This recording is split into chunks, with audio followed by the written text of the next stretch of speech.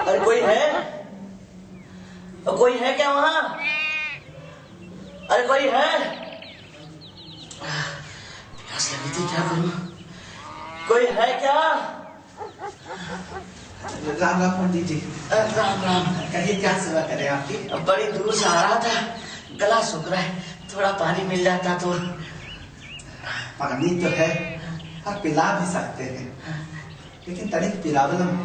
अरे कोई प्रॉब्लम नहीं है, तुम पानी पिलाओ, फिर प्रॉब्लम भी सॉल्व कर देंगे। वो तो ठीक है पंडित जी, लेकिन प्रॉब्लम बताने से पहले अगर पानी पिला दिया तो प्रॉब्लम बढ़ जाएगी। देखो भैया, मैं चक्कर आ रहा है, हमारी जान निकली जा रही है। पहले पानी, पहले प्रॉब्लम, पहले पानी, पहले प्रॉब्लम, अरे पहले पानी, पहले प्रॉब्लम। अरे ठीक है भाई, तुम अपनी पहले प्रॉब्लम बताओ। प्रॉब्लम तो आपकी है पंडित जी, हमारी नहीं। अरे हमारी तो एक ही प्रॉब्लम है, पानी। वो तो छोटा प्रॉब्लम है, लेकिन तुम्हारा दूसरा इससे भी बड़ा प्रॉब्लम है। अरे बताओ भैया, क्या प्रॉब्लम है जो तुम पानी नहीं पिला सकते हो? क्योंकि तुम मेरे हाथ से पानी पी नहीं सकते। अरे क्यों नहीं पी सकते भैया, हम तो मर रहे हैं, हम क्यों नहीं पिएंगे? इसलिए आप नहीं ना जानते कि हम कौन हैं। तो कौन हो?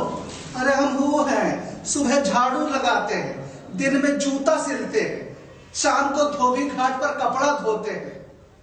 आपकी जात यहाँ है, हमारी यहाँ है।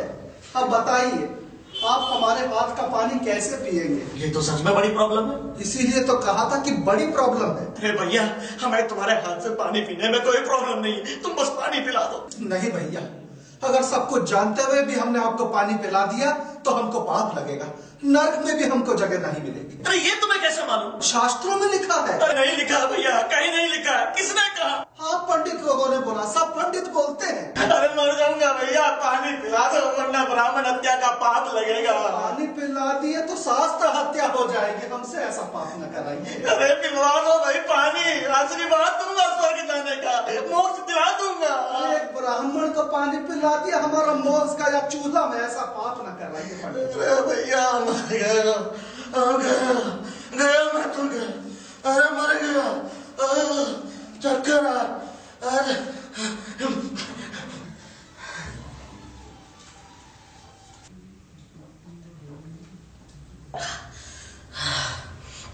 अब जान जाना है भाई, तुम्हारा कोटि कोटि धन्यवाद जो तुमने मेरी जान बचा दी। ये तो हमारा फर्ज था पंडित जी, लेकिन ये फर्क तो आप में और हम में हमेशा रहेगा। हमारे दलित भाई प्यास से मर गए, लेकिन आपकी ऊंची जात वालों के कुएं से उनको एक पानी की बूंद भी नसीब ना हुई। ये तो परंपरा है, उसमें मैं क्या कर सकता हूँ? आप तो बहुत ज्ञानी हैं पंडित जी, हम तो निपट गवार हैं। पर बस एक बात समझा दीजिए, सदियों से हमारे हाथ का छुआ हुआ खाना आपके लिए अशुद्ध हो जाता है। हमारा छुआ हुआ पानी भी आप ग्रहण नहीं करते, ऐसा कहा है हमारे हाथों में। भैया ये तो मैं नहीं जानता, पुरानी प्रथा है। प्रथा, सती प्रथा भी तो थी, लेकिन जब आप लोगों ने अपनी लड़कियां जलती हुई देखी तो बदल गई प्रथा। पंडितों के लिए तो समुद्र पार करना भी वर्जित था, लेकिन जब डॉलर देखे तो बदल डाली प्रथा। यह भी तो प्रथा थी पंडित जी कि ब्राह्मण पुरोहित रहेगा, क्षत्रिय राज करेगा, वैश्य व्यापार करेगा, शूद्र सेवा करेगा। लेकिन जब लोकतंत्र आए, मंत्री प्रधानमंत्री सब पंडित बन गए राजा। जब पूंजी का युग आया तो आप पंडितों ने खोल ली बड़ी बड़ी कंपनियां, बन गए पूंजीपति, बन गए वैश्य। और तो और जब कारोबार में फायदा दिखा तो पंडितों ने जूतों की फैक्ट्रियां लगा ली। हम जूता बनाए तो छोटे आदमी, वो जूता बनाए तो बड़े गए आदमी। बात जमी नहीं पंडित जी, अपने लिए तो प्रथा बदलते थे, और हम दलितों के लिए तो कभी प्रथा नहीं बदली। अब समाज का ढांचा ही ऐसा है, समाज के ढांचे का क्या कर सकते हैं? तो फिर तोड़ दो ना ऐसा ढांचा पंडित जी।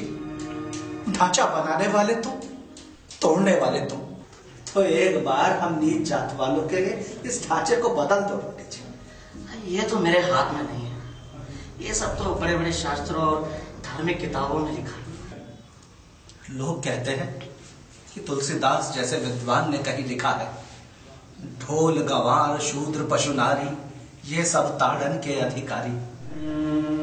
लेकिन तुलसीदास जी को क्या ये भान नहीं हुआ कि ढोल को तो पीटा जा सकता है, उसे कोई चोट नहीं लगती, लेकिन हम तो इंसान हैं, मनुष्य हैं, प्राणवान हैं, चोट लगने पर हमें भी दर्द होता है। तो क्या आपको भी ऐसा लगता है कि तुलसीदास जी ने जो कहा वो सच है? जिस तुलसीदास ने राम जैसे महान चरित्र को लिखा, राम जैसे महान आदर्श को लिखा, मुझे नहीं लगता कि तुलसीदास जी ऐसा लिख सकते हैं। और अगर ये पंक्तियां तुलसीदास ने ही लिखी हो तो मैं ये कहूंगा कि मुझे तुलसीदास जी के ज्ञान में संदेह है। पंडित जी, शास्त्र कहते हैं कि ब्राह्मण ब्रह्मा के मुंह से पैदा हुए और हम शूद्र पैरों से। क्या मनुष्य मनुष्य में ये भेद स्वयं ब्रह्मा जी ने किया है? बिल्कुल नहीं।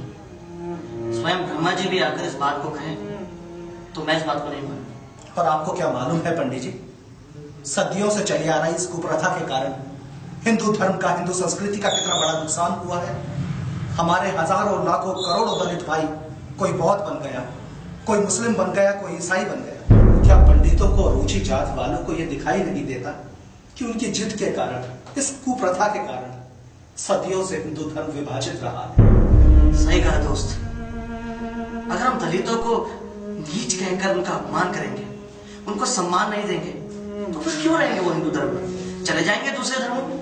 और तो और अंबेडकर जैसी महान आत्मा और बुद्धिजीवी हिंदू धर्म छोड़ के बौद्ध बन गए। और अगर हम अंबेडकर जैसे व्यक्तित्व का सम्मान नहीं कर सकते तो धिक्कार है हम पर। पंडित जी, अगर आप सब जानते हैं तो क्यों नहीं अपने समाज में ये आवाज उठाते?